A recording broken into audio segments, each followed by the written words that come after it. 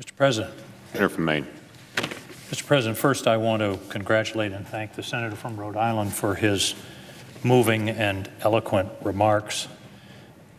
So moving and eloquent, in fact, that I've contemplated foregoing my own. The senator expressed the feelings of many of us, particularly in his peroration, which was very powerful and I think very well encapsulated the one possible positive result from this sorry process. Mr. President, I stated my opposition to Brett Kavanaugh's appointment to the United States Supreme Court before Dr. Ford's allegations became public, before I had ever heard about them, before anyone had heard about them, as far as I know, except some members of the Judiciary Committee. Therefore, I don't believe you have to believe Dr. Ford to conclude that Judge Kavanaugh should not be elevated to the Supreme Court. First, because of his judicial philosophy. And if you'll pardon me, I want to digress for a moment into constitutional history, pre-constitutional history, if you will. There's a basic paradox of government. We give power to something called the government in order to protect our security, to protect us as individuals, to protect our liberty. The paradox is that we then have to worry about the government to which we've given the power abusing us. James Madison captured this in the 51st Federalist. If men were angels, no government would be necessary. If angels were to govern men, neither external nor internal controls on government would be necessary. In framing a government which is to be administered by men over men, and of course today Madison would say men and women over men and women, in framing a government which is to be administered by men over men, the great difficulty lies in this. You must first enable the government to control the governed, and in the next place, oblige it to control itself. The Romans put it this way: quis custodius ipso custodes. Who will guard the guardians? The other philosopher that talked about this was the English philosopher Lord Acton. All power corrupts, and absolute power corrupts absolutely. The American Constitution, in my view, is the most sublime answer to this ancient question of any instrument of government ever formed by people on this earth. It's based upon a profound understanding of human nature. That if you give people power, there's the potential for it to be abused. Not the potential, the likelihood that it will be abused. So the Constitution is an elaborate scheme for preventing that abuse. The first line of defense is the structure of the government itself. What Madison was talking about, obliging the government to control itself. This herky-jerky, complicated Rube Goldberg device involving two houses, checks and balances, the president, the veto, submitting treaties, two-thirds votes, advise and consent, and then the whole level of the state government and local government and the division of responsibilities between the government, enumerated powers. The framers wanted it to be difficult for majorities to ride roughshod over minorities. They wanted it to be difficult to legislate, and they succeeded beyond their wildest dreams. It is a very difficult piece of machinery to bring into action. But even after the framers had designed this elaborate structure specifically in the name of protecting the rights of the people, they weren't satisfied. They wanted to take another step, because going back to our other fundamental document, the Declaration of Independence, which talks about certain inalienable rights, life, liberty, and the pursuit of happiness. And that word inalienable isn't defined much. Not much attention is paid to it. But what inalienable means, you can neither give it away nor can it be taken from you. To alienate is to give away or to have it taken from you. That's what inalienable rights mean.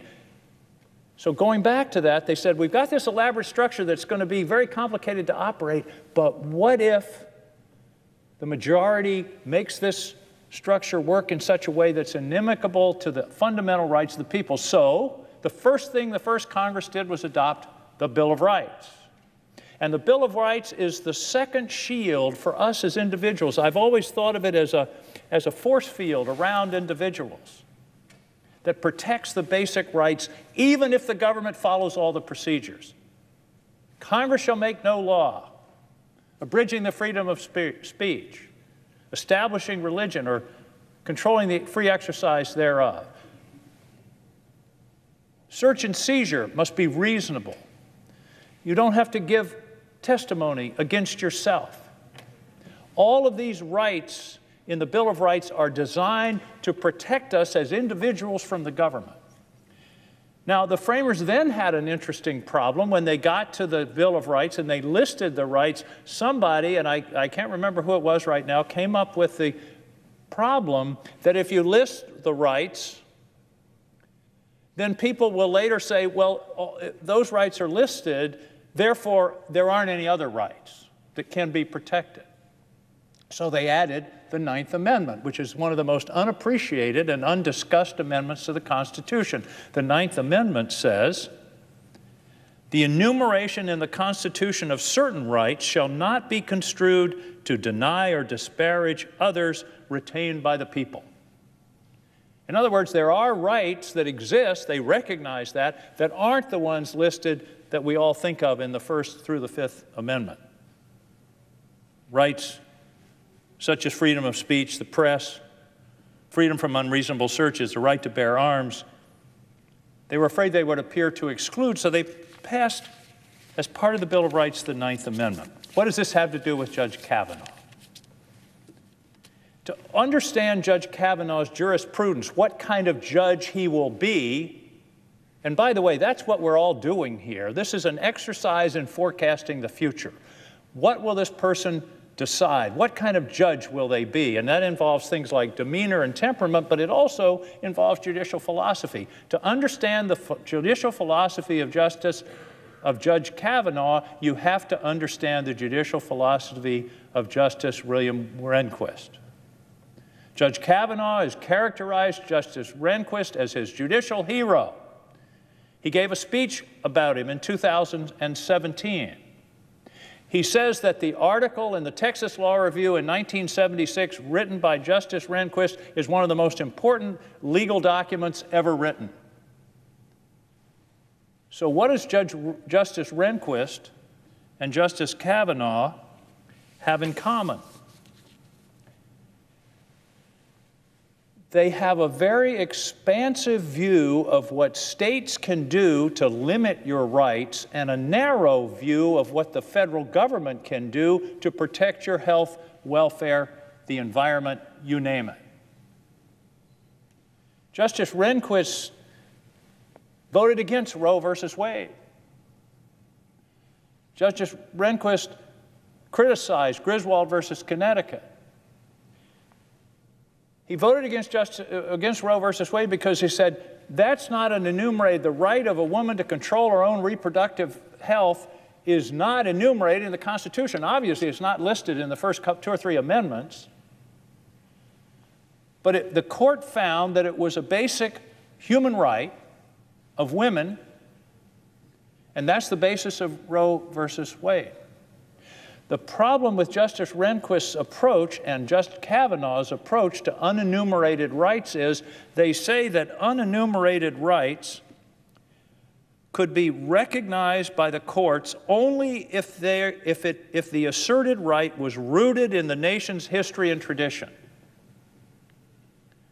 That's called originalism, or at least it's a piece of originalism. In other words, you can't assert a right unless you can show that the framers thought about it when they passed the amendments, or that it was somehow rooted in the tradition. And if abortion was legal across the country in 1897 or 1867 or 1787, then you couldn't do it. The court would be making law. The problem is that approach freezes rights in history, and it allows no room for the evolution of ethics and morality. A good example is Loving versus Virginia, which was the case that overturned miscegenation laws, laws which made it illegal in many states in the country, including Virginia at the time, and this was in the 60s, made it illegal for people of different races to marry one another. Now, it's hard to argue using the Kavanaugh philosophy that that is a legitimate exercise of judicial authority, because certainly at the time of the passage of the Bill of Rights and the passage of the 14th Amendment, anti-miscegenation laws were all over the place. So Rehnquist and Kavanaugh would say you can't do that. And this isn't judicial lawmaking, this is judicial protection of individual rights from state incursion. Griswold versus Connecticut. In many ways, Griswold and some of the later cases, Griswold was the one that was a case that said the state of Connecticut could not constitutionally prohibit the sale of contraceptions to married couples. And it's been widely criticized. In many ways, the Griswold case, I believe, was the founding document of the Federalist Society. It was in reaction to Griswold and the following cases that the Federalist Society arose in the 1980s. So this philosophy is that the states have wide latitude to restrict these rights, enumerated or not. And that's why I believe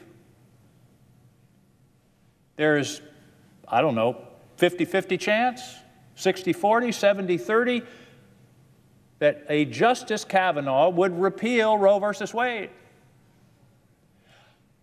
I give it 99% that he will gut Roe versus Wade. There are something like 15 cases headed for the Supreme Court right now from various states around the country where the right of a woman to control her reproductive future is under assault, and the decisions may not be an outright repeal, but by piecemeal chipping away at that right, making it harder and harder to exercise, Roe versus Wade will be a hollow shell. Now, Judge Kavanaugh said in his hearing, I'm not going to make these value judgments, ideological judgments. I'm going to call balls and strikes like an umpire. Mr. President, I have a new principle for judging Supreme Court nominees. Anybody who says all they're going to do is call balls and strikes is an automatic no, because they're conning us. Deciding whether a particular rule in a state which restricts the ability of a woman to control her reproductive future is unduly burdensome is not a mechanical ball and strike. It's a value-laden judgment call. So don't tell me that there's some easy ball and strike thing here. You're making judgment calls based upon values. And I don't have any doubt that a Justice Kavanaugh is going to vote to restrict, to control, to limit, and ultimately to gut Roe versus Wade. Indeed, that's what the president said he was going to do, is appoint a judge who was going to take that step. That's why he's so widely supported in some parts of the country. And by the way, he said it's a precedent. Roe versus Wade is a precedent. That's like saying this is a chair. That's a statement of fact. That's not a value, that's not a philosophy, that's just a statement of fact. And then he says, well, we have Planned Parenthood versus Casey, so we have a precedent on a precedent. That's like saying this is a chair and this is a desk. That's a statement of fact. That is not anything that gives you any indication of what he says he's going to do. And by the way, Justice Gorsuch sat in my office and talked to me about precedent and how committed he was to precedent. He'd written a whole book about precedent. And I don't think he was on the court even a year, and he voted in the Janus case to absolutely trample 40 years of precedent in a very important area of American law. So when somebody tells me it's a precedent or it's settled law, that doesn't convince me of very much. That's not a predictor of what they will do. He has an expansive view of the state power to restrict individual rights. He has a narrow view of the national legislature's ability to protect individuals, whether it's health care. I'll give you 75% that he's going to start voting to undercut and destroy the Affordable Care Act. On the environment, in 16 out of 18 cases on the environment that came before his court, the D.C. Court of Appeals, 16 out of 18, he voted with the polluters. Narrowed the authority of the Environmental Protection Agency. In one case, particularly relevant to my state, he decided against the right of the EPA to tell upwind states that they had to control their pollution in order to benefit downwind states. Maine is in the tailpipe of the Northeast.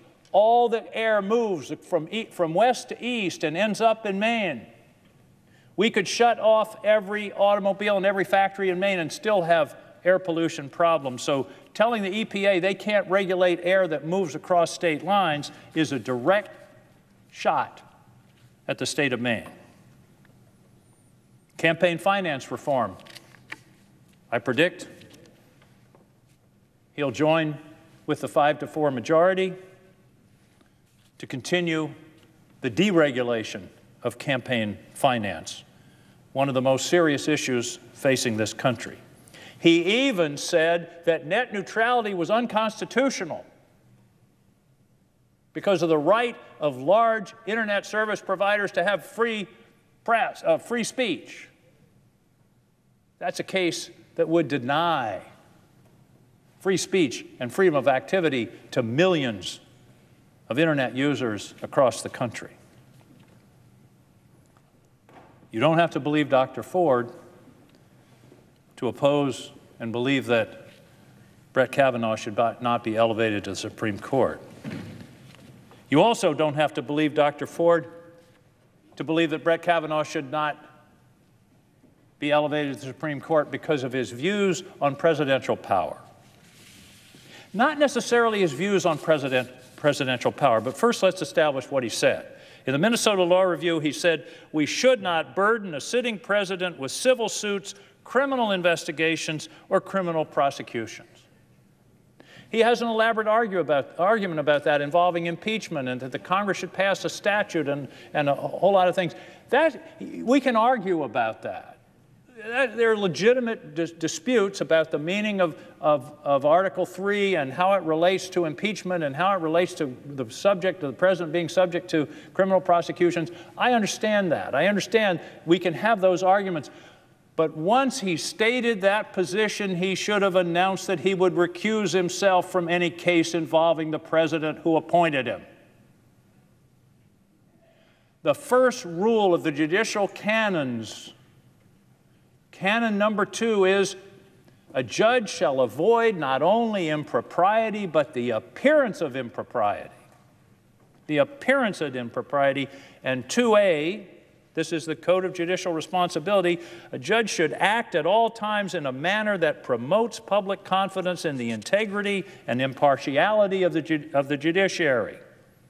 Let me read that again. The judge should act at all times in a manner that promotes public confidence in the integrity and impartiality of the judiciary. The reason for that is obvious. The judiciary doesn't have the power of the purse. It doesn't have an army. It's got to rest upon public confidence. He already violated that principle in his testimony to the Judiciary Committee last week. He violated that principle. Imagine the reaction of the public if a newly minted Justice Kavanaugh within the next couple of years votes in favor, indeed could provide the deciding vote, the swing vote, on a case involving the president who appointed him. I'm not saying he can't take this position ever in his judicial career, but to have not recused himself, and he had an opportunity to do so, to announce that he would do so, to me is disqualifying. It's obvious and mandatory that he should not take a position on a case coming before the court involving the president who appointed him. Number three, we don't have to believe Dr. Ford to conclude that Judge Kavanaugh should not be confirmed to a lifetime job because we've been denied the ability to learn about his record. Imagine, Mr. President, you're doing a job interview for a very important job in your company. And a guy comes in and says, I'd like this job, and I'm going to show you 10% of my work product, and the 10% that I'm going to give you is going to be picked out by an old buddy of mine that I used to work for. In fact, he used to work for me. Oh, and by the way, once you hire me, you can never fire me. I'm there for life. Nobody would take that deal. Any employer in America would laugh at that job applicant, and yet that's exactly what we're doing here this week. We've seen 10% of his record in the White House, and given no reason whatsoever why we can't see it all. And people talk about, oh, we've seen 100,000 pages or 200,000 pages. That's not the point. He's got a huge record, so the number of pages isn't the issue. It's how much of it have we seen as a percentage, and we've seen 10% of it. If I were on the side of this case preparing to vote for this gentleman, I'd be terrified about what's going to come out, because it's all going to come out. The records of the Bush administration are going to be available in 2020 under the Presidential Records Act, 12 years from the end of the administration, 2020. All of these records are going to come out. In fact, I think they're going to start coming out in the next couple of weeks from the National Archives. I don't know what's in those records. There may be nothing. But the fact that they're being withheld raises my main suspicions. What are they? Are they worried that something's in there that will derail this nomination, or do they know it? And for asking us to vote on this lifetime appointment with no do-overs, no amendments, no chances, no repeals, when we haven't seen the entire record, is just, it's beyond me. There's no justification for it. As I say, if I were inclined, even if I was inclined to vote yes, I'd say, wait a minute, you can't ask me to vote for this until I see all his record. And we haven't done it. It's ridiculous. There's no other word for it. Number four, we don't have to believe Dr. Ford to conclude that Judge Kavanaugh should not be elevated to the Supreme Court because he has demonstrated that he lacks the temperament and demeanor to be a justice of the Supreme Court. Now, first, I think it's only fair to state the standard. What should the standard for temperament and demeanor for a judge be? Here's the standard as I have seen it. To be a good judge and a good umpire, it's important to have the proper demeanor. Really important, I think, to walk in the other's shoes, whether it be the other litigants, the litigants in the case, the other judges, to understand them, to keep our emotions in check, to keep our emotions in check, to be calm amidst the storm. On the bench, to put it in the vernacular, don't be a jerk. To show, this isn't me, this is a standard published, to show and help display that you are trying to make the decision impartially and dispassionately, based on the law and not based on your emotions. Who established that standard? Who wrote it? Brett Kavanaugh. Those are his words in a speech several years ago at Catholic University. Proper demeanor. Calm amidst the storm. On the bench, don't be a jerk. Help display you're trying to make decisions impartially and dispassionately based on the law and not based on your emotion. I don't see how anybody can, with a straight face, can argue that Brett Kavanaugh met that standard last Thursday afternoon. I had an interesting experience that day. I was in a hearing in the afternoon while he was speaking, and there was a television screen in the hearing room, but the sound was off because we were doing other committee work. But every now and then you could look at the screen, I could see him. And I turned to the person sitting behind me and said, "He's coming unhinged. What's going on? What's he saying?" He's shouting. You could see it. You could see his face contorted. And then, of course, I saw what he was saying. No one could argue that he demonstrated judicial demeanor in that hearing. And in fact, something like 3,000 law professors, including 40 from Yale, have come out and said, based on that performance, he should not be confirmed to the Supreme Court. Justice Stevens, John Paul Stevens, retired justice, extraordinary moment, said this man should not be confirmed for the Supreme Court. If you were from Mars, Mr. President, or from South Dakota, and you knew nothing about the history of this matter, you knew nothing about the documents, the opinions, the philosophy, none of those things. You knew nothing about those things. All you saw was that hearing that afternoon. You'd say, this guy has no business anywhere near a courtroom. Now, his defense is, I was angry. I was being charged with something. My family was being threatened, and I'm being threatened. And I understand that. You know, all of us have thought about how we would feel if some unjust or untrue charge was made against us, whatever the nature, and a particularly heinous charge is made against him. I understand that he was passionate. But here's what really bothers me.